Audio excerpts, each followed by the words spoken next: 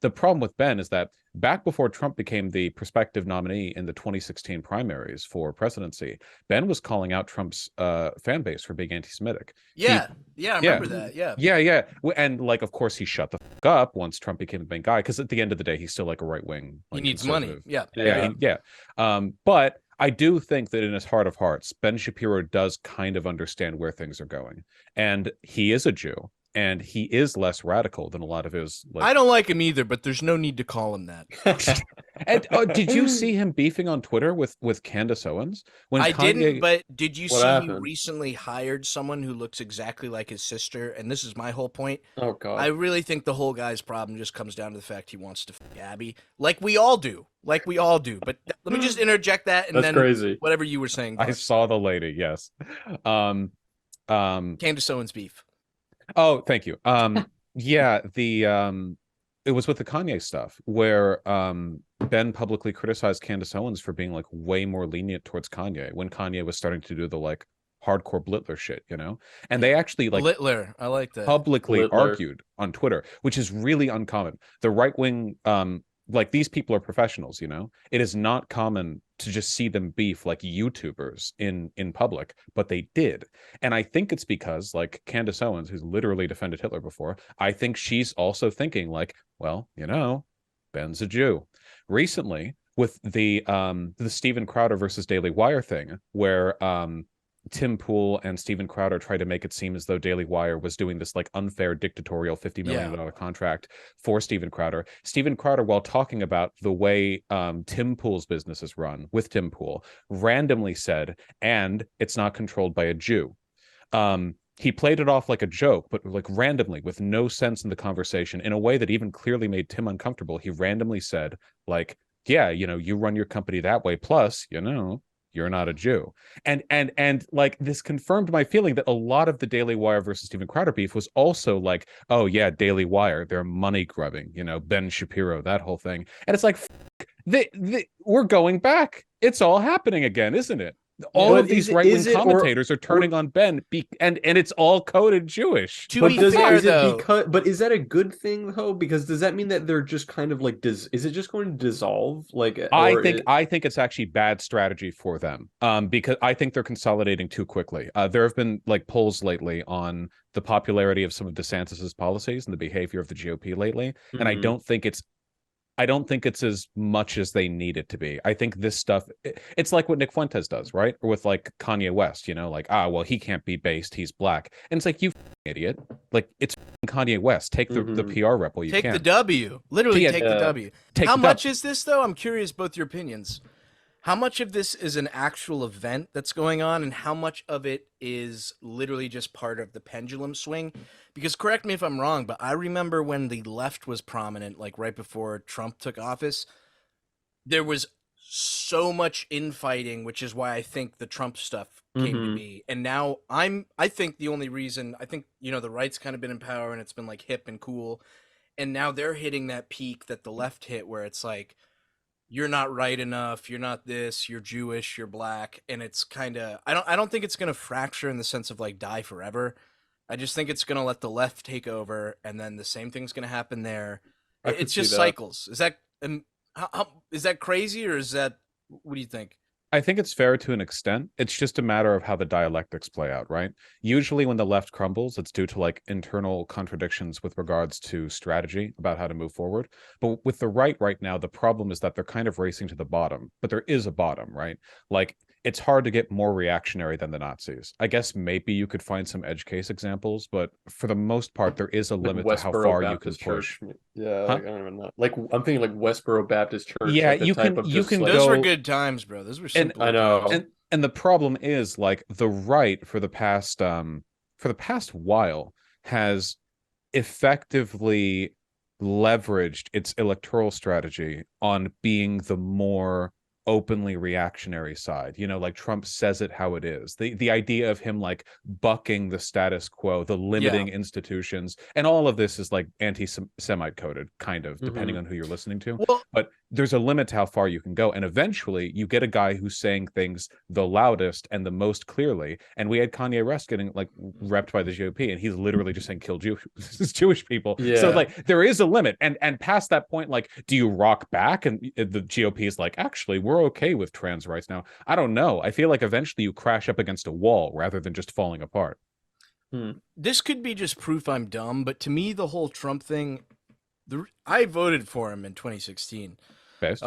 Based. But the whole thing to me was never about like, oh, he's dog whistling. Like, I do hate Jews. It was this idea of like, and you kind of mentioned it, but like, he's willing to kind of say stuff to political people who generally are like smelling their own farts and like don't say what they mean. Like, I can explain it best with who's that fat who sucks, but he made a good documentary, Bowling for Columbine. Michael Moore. Yeah. Michael Moore made a speech, and right before Trump won, and he was like, please do not vote for Trump.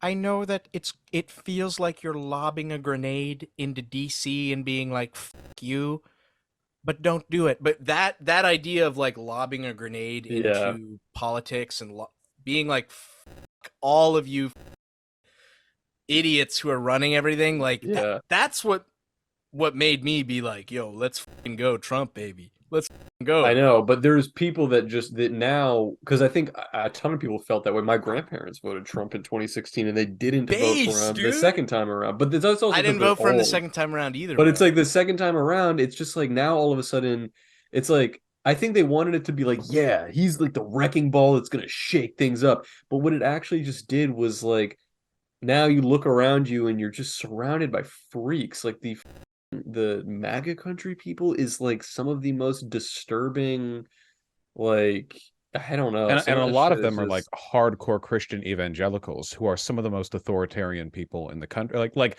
in terms of like lobbing a grenade in DC, like the grenade had like evangelism painted all over it, right? Because Trump obviously doesn't go to church. Marjorie Taylor Greene, though, like Lauren Boebert, who's going to be a 36-year-old grandma in 9 months.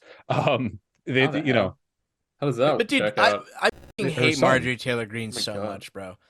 Dude, wasn't she? She's like such a big Christian, and then it's like she was literally going to yoga class and getting her asshole reamed out by her trainer. But it's always like that, though. Like that shit is. Like that. I just want to strangle someone, dude. Listen though, Hitler was probably gay as shit, Definitely. He did have a very cool little mustache. Yeah. Bosh, I forgot. And we brought him up, and I didn't even mention this, but since the last time we've had you on, you've been blocked by Jordan Peterson on Twitter. Oh, right. That was funny. Yeah, sucks. Dude, I loved your responses to him when you were always like, Mr. Peterson, sir. Yeah, I had so much fun. I don't think you read this correctly. It's because he is like mentally ill. He's like senile. He actually is. It's he's not mentally ill. He's just a man who is dealing with his daughter being in the ass by Andrew Tate.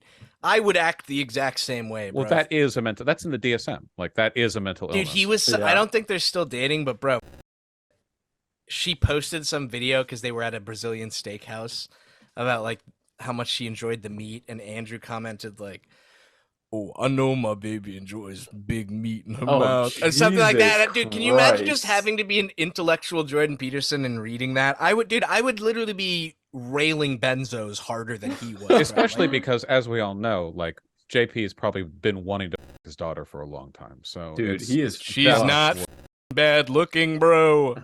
I had her on the stream a while ago, or no, I was on her. You interviewed her? Oh, you were on hers? Yeah, we were. Was she a huge jerk to you? I feel like she would probably be mean to you. Nah, she was super nice actually. Really? It was we were talking about critical race theory. She was asking questions of me and James Lindsay, but it was separate. We weren't together because James Lindsay apparently wouldn't be on a call with me. So bro, she was pulling answers from him and me and splicing them because he's a cuck and a bitch boy is why. Okay, this guy. Do you have something on him? Pussy.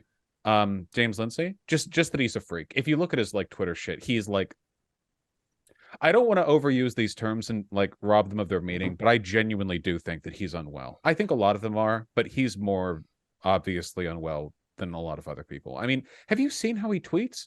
It's I don't psychotic. know. It's the guy who has like he has like a huge Oh, wait a minute. Is this the guy who was friends with that chick who was a pedophile? Yes, she was part of the pedophile sex Oh, trafficking I cult. do remember that. Okay. He Jesus. tweets like 400 times a day. They're incomprehensible. And he gets actually How mad. old is he? He's probably not that much older than me. He looks like a mix between 30 and 50, and I'm kind of just like thrown off. Yeah, I've seen this guy. Yeah, Weird energy. the profile picture is powerful though. The man spread, just letting it all hang out, baby. I respect the man spreading, but I gotta wonder about the psyche of a person who would be proud of it unironically, because he's not going like, hey, yeah, like in his mind he probably thinks that's actually like something powerful, in a non-ironic sense. Well, If you laughed, he would ask you why you're laughing. You and him probably have different definitions of the term man spread. You know what I mean? Yeah, probably. So Well, you would man, probably differ there. like all conservative pundits, he probably is in the closet. So actually, no, I fully believe he's straight. I would give that to him. There you go. There's no way a all man would people touch him. who hate gay people are gay. Come on, Vosh. No. It's been known to happen.